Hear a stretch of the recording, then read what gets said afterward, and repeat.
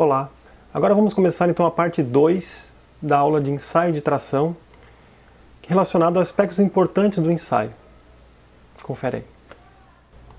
Voltando agora então para os ensaios de tração, vamos imaginar então uma máquina de tração. Máquina de tração, nós temos o corpo de prova, aqui representado por esse retângulo, né? Vamos imaginar que é um cilindro, ele é preso em garras que seguram esse corpo de prova, e é feita uma força atrativa, então, que puxa o corpo de prova. Essa força pode ser feita com uma máquina mecânica, né, uma máquina de fuso, uma máquina hidráulica. Tá? Então, você precisa de uma máquina que aplique força, okay? Uma força de tração. Então, essa máquina vai aplicar uma força de tração e eu preciso monitorar essa força. Então, eu vou ter aqui um indicador de força, olha, representado aqui com esse mostrador analógico. Então eu vou aumentando a força ela vai aumentando do zero e ela vai aumentando gradativamente de forma lenta até que ocorra a fratura da peça. Então a força vai aumentando, eu vou monitorando a força aqui, ela vai aumentando, vai, até que a peça se quebra. Então fica marcado aqui, registrado aqui, a força de ruptura, quando a peça quebrou. Obviamente o ensaio não é feito assim. Só estou colocando aqui uma forma que alguém poderia imaginar que o ensaio seria feito. Alguém que nunca fez um ensaio poderia começar dessa maneira. Queria aplicar uma força e ficar tentando observar o que acontece com ela, né, pela fratura. Então a simples observação da peça, né, o que eu estou observando na peça? Estou olhando para a peça e vendo se ela, o que está acontecendo com ela. E a única coisa que eu consegui ver que aconteceu foi a fratura. Certo? Então o que eu estou monitorando aqui? É a força aplicada, né? Simplesmente a força aplicada, e eu consigo identificar o quê? Que tipo de força? A força de ruptura. E eu consigo identificar o que na peça? Somente que ocorreu a fratura da peça. Outro tipo de comportamento é difícil de identificar com precisão. Eu consigo até ver alguma coisa, mas eu não consigo identificar exatamente onde. Então, um ensaio feito desta maneira, né? Eu vou obter o quê? Eu vou obter força, né? Força em que momento? Da fratura. Então eu vou ter a força necessária para a peça quebrar. Estou observando. Então o que eu estou monitorando? Na máquina. Estou monitorando a força. E o que eu estou monitorando na peça? A fratura. E o que eu quero? Eu quero saber a tensão quando a peça escoar, né? Porque lá naquele critério de projeto que nós tínhamos ali, ó, né, que nós vimos agora há pouco, eu usava para o projeto tensão de escoamento. Lembra que o escoamento eu não queria que a peça se deformasse permanentemente, eu queria que estivesse dentro do campo elástico. Então, no máximo, chegar ao limite dela do campo elástico, que corresponde à tensão de escoamento. Mas eu não obtive tensão, eu obtive força. E eu não obtive escoamento, eu obtive fratura. Então, o ensaio feito dessa maneira aqui, ele traz poucas informações. Então eu tenho que aprimorar esse ensaio. Bom, primeira coisa é o seguinte, o que a gente tem que observar então? Eu tenho que observar o que ocorre com a peça. Simplesmente observar se a peça fratura ou não, nos traz uma informação muito pobre. Então, lembrar que o ensaio mecânico, ele envolve a gente observar o que acontece com o material quando submetido a esforços mecânicos. Então vamos lá, um exemplo clássico, né? Quando eu quero adquirir um colchão. Quando eu quero adquirir um colchão, eu não vou adquirir ele só olhando para ele. Eu preciso fazer um teste, né? Então como é que a gente faz esse teste? Normalmente eu aplico uma pressão sobre o colchão, uma força, né, conhecida, uma força que eu conheço, e eu observo se ele é macio ou não. A ideia de observar se ele é macio é observar o quanto que ele se deforma. Então eu estou observando o quanto ele se deforma quando eu aplico uma força. Então isso nada mais é do que um ensaio mecânico, né? Claro que é um ensaio qualitativo, mas não deixa de ser um ensaio mecânico. Okay? Então a mesma coisa acontece aqui. Eu tenho que aplicar uma força, saber que força que eu estou aplicando, medir corretamente essa força, e então eu também tenho que medir aqui, o ideal também é medir aqui como ele se deforma. Tá? Então, com esse método, eu não consigo saber onde ocorre o escoamento, né? Simplesmente observando a fratura. Não é uma coisa visível na peça, olhando para a peça, né, ó, começou a escoar. Não dá para ver, tá?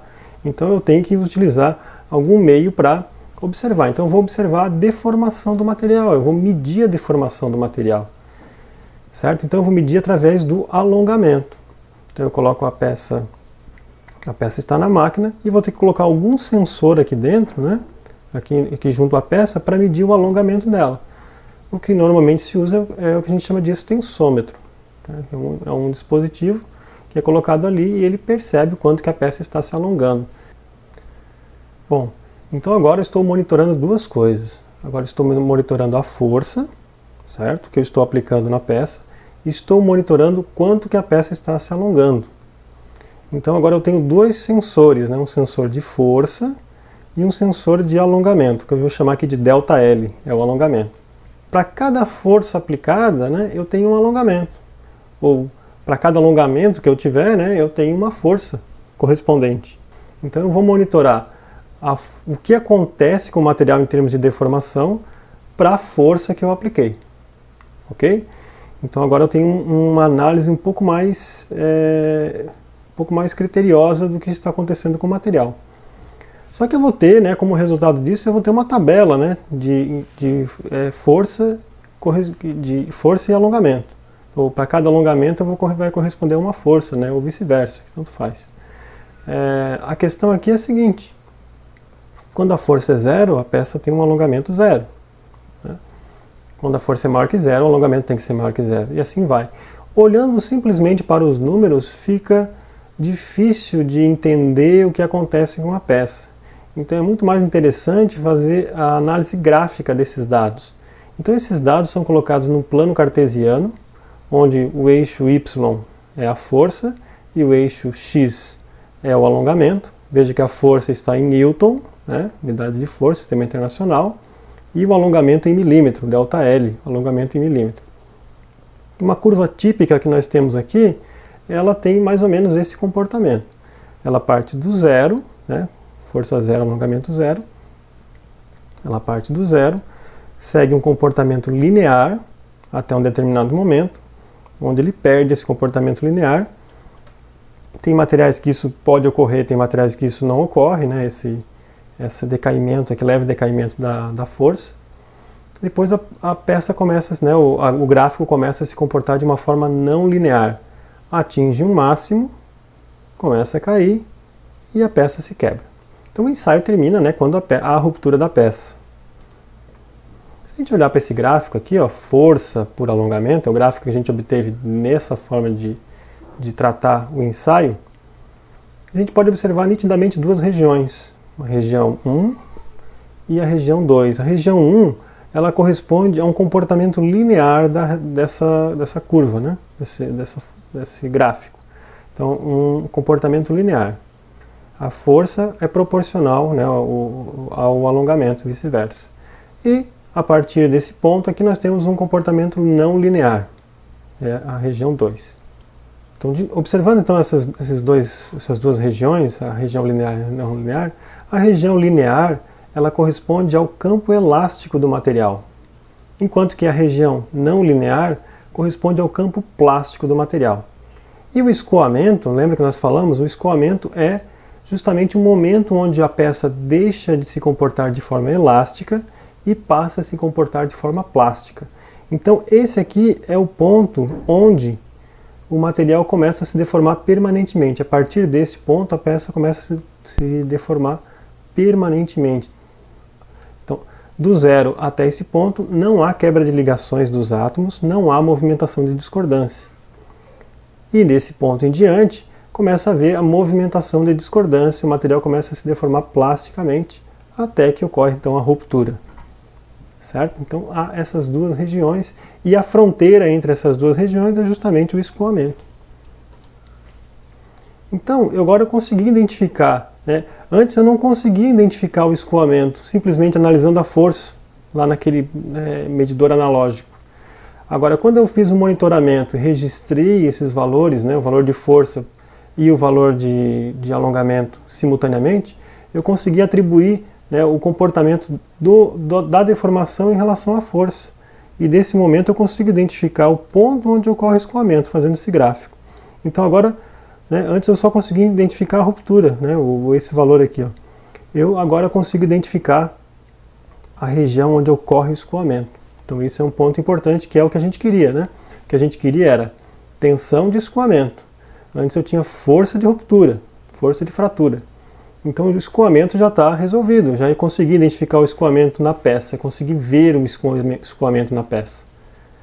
Agora eu preciso saber como é que eu consigo a tensão. Bom, então definido o escoamento, conseguindo observar o escoamento, vamos então agora ver se nós conseguimos, como nós conseguimos obter a tensão. Tensão, por definição, igual a força dividido tensão normal, né? Que é esse símbolo aqui, a tensão é o sigma, símbolo letra grega sigma, é a tensão na direção perpendicular a uma área, tá? Então é a força dividido pela área perpendicular àquela a qual a força é aplicada. Então a área da seção transversal, se costuma dizer. Então tensão igual a força sobre área. Vamos imaginar o seguinte, se eu aplico uma força no material, essa força ela é dividida, né? Essa força ela é distribuída dentro do material. O material não sente força, o material sente tensão. Se eu pensar nos átomos ali, né? Eu posso imaginar que os átomos, cada átomo sente uma fração dessa força que eu apliquei externamente. Então, para eu conseguir ter uma ideia de quanto que cada átomo lá está sentindo de força, eu tenho que dividir pela área. Então, vou ter numa área da seção transversal, vou ter lá uma quantidade muito grande de átomos e cada um deles está sentindo um pouquinho da força. A gente pode fazer uma analogia numa sala com um grande número de pessoas, vamos botar aí 100 pessoas. Vamos imaginar que o teto desabe sobre a cabeça dessas pessoas e as pessoas consigam segurar o teto. Então, vamos imaginar que esse teto tem 1 tonelada. Então, 1 tonelada sendo sustentada por 100 pessoas. Vamos supor que cada um está segurando a mesma quantidade, aplicando a mesma quantidade de força. Então, eu tenho 1 tonelada distribuída em 100 pessoas, né? Então, essa é a ideia da tensão. Então, é uma força distribuída ali. Vamos imaginar que as pessoas são os átomos, né? Então, cada um ali está segurando um pouquinho da força, né, sendo distribuída por ela. Cada um está segurando 10 kg, 10 kg força. Digamos que a área diminua, né? Se a área diminuir, a tensão vai aumentar. Então, se algumas pessoas saírem, né? Se 20 pessoas saírem, vou ficar com 80 pessoas. A força não mudou. O teto continua com o mesmo peso, 1 tonelada. Mas agora o número de pessoas que estão segurando aumentou. Então, cada pessoa agora vai ter que fazer mais força. Estava fazendo 10 kg de força, agora vai ter que fazer 12,5 kg de força. Então, a tensão, eu não consigo aplicar uma tensão. Não consigo lá no átomo aplicar uma tensão no átomo, né? Eu aplico externamente uma força. Não existe um equipamento que aplica tensão. Ele aplica força e a gente transforma isso numa tensão. E a maneira de transformar em tensão é pegando a força aplicada e dividindo pela área da seção que a gente está interessado. No caso aqui é a seção transversal. Tá? Então, se eu estiver trabalhando aqui com um cilindro, né, a seção transversal seria um círculo. Tá? Então, se fosse um cilindro aqui com um diâmetro de 10, a seção transversal seria um círculo com um diâmetro de 10. Tá? A área de um círculo, né, é πr ao quadrado, né, ou πd ao quadrado sobre 4. Okay? Então, para calcular a área, eu teria que pegar essa força e dividir pela área dessa seção transversal. No caso, se fosse cilíndrica, dividir por essa área do círculo. Então, dessa maneira, a gente consegue então dividir a força aplicada, né? No caso aqui a força de ruptura, ó, força de ruptura, eu teria então a tensão de ruptura. Se eu pegar a força de ruptura e dividir pela área, eu vou ter a tensão de ruptura. E a unidade de tensão, né, como é força sobre área, a unidade de força no sistema internacional é Newton, e a unidade de área é metro quadrado. No caso aqui, como a gente trabalha com área pequena, a gente fala em milímetro quadrado. Então a unidade de tensão seria Newton por milímetro quadrado. Porém, nós costumamos chamar essa unidade Newton por milímetro quadrado de megapascal, né? Então 1 Newton por metro quadrado é igual a 1 pascal. 1 Newton por milímetro quadrado é igual a 1 milhão de pascais, né? Ou seja, 1 megapascal. Então a gente costuma utilizar essa unidade aqui, ó, megapascal. para a unidade de tensão. Okay? Então, se vocês já perceberam alguma similaridade, né? Tensão é algo muito similar à pressão. Pressão também é dada em Pascal. Né? Pascal é uma unidade de pressão. É que nós costumamos chamar de pressão uma unidade aplicada a fluidos, né? Gases e líquidos. Tá? Okay? Quando a gente fala de material sólido, é comum usar tensão. Mas a ideia é a mesma. Tensão, pressão, teoricamente são sinônimos. Então, nesse caso aqui, eu estou obtendo a tensão de ruptura, não a tensão de escoamento. Okay? Agora vamos falar do conceito de deformação. Então, observe o seguinte. Uma peça, né, essa peça aqui, ó, quando eu faço a deformação dela, o alongamento dela, ela, digamos que alongue um determinado valor. Mas esse valor, ele é um alongamento absoluto da peça, né? Ele depende também do tamanho da peça, esse alongamento. Okay? Se eu tiver uma peça vamos voltar aqui. Ó.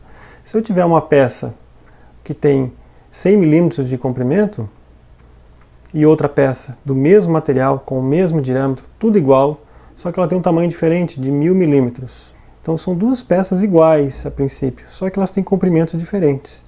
Então, se eu aplicar uma força em que a primeira, que tem 100 milímetros, alongue 1 milímetro, né, ela vai alongar lá 1 milímetro.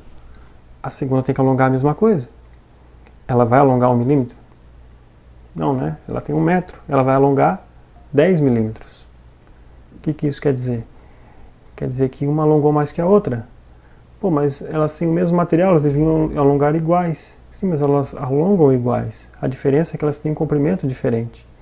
Então, na segunda peça, para cada 100 milímetros de peça, ela vai alongar 1 milímetro. Como nós temos 10 segmentos de 100 milímetros, cada segmento desse vai alongar 1 milímetro. Então, somando 1 milímetro de cada um desses 10 segmentos, eu vou ter 10 milímetros no total. Proporcionalmente, as duas alongaram a mesma coisa. É isso que a gente tem que fazer, a gente tem que observar a questão de proporcionalidade de alongamento. Esse alongamento proporcional é chamado de deformação. Então a gente dá essa unidade de deformação em percentual. Nos dois casos, né, o valor é 1%. Então os dois alongam 1%. Né? Então a gente acaba eliminando a questão do tamanho da peça quando a gente fala disso. Né? Tanto a tensão quanto a deformação são propriedades puras do material. Já força e alongamento são propriedades que dependem do material e do tamanho da peça. Então, o cálculo de deformação é feito da seguinte maneira. É o alongamento, esse valor aqui, ó, alongamento, quanto ela se alongou, dividido pelo comprimento inicial, que é esse comprimento aqui, ó.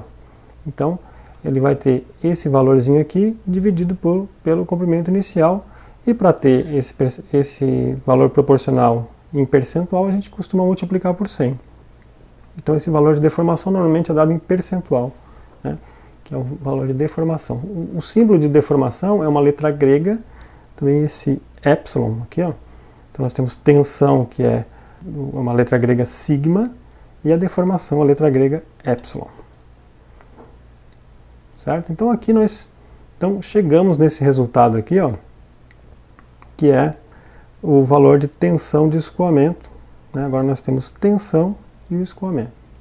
Finalizamos agora então a parte 2 da aula de ensaio de tração, onde nós vimos aspectos importantes do ensaio. Muito obrigado, até a próxima.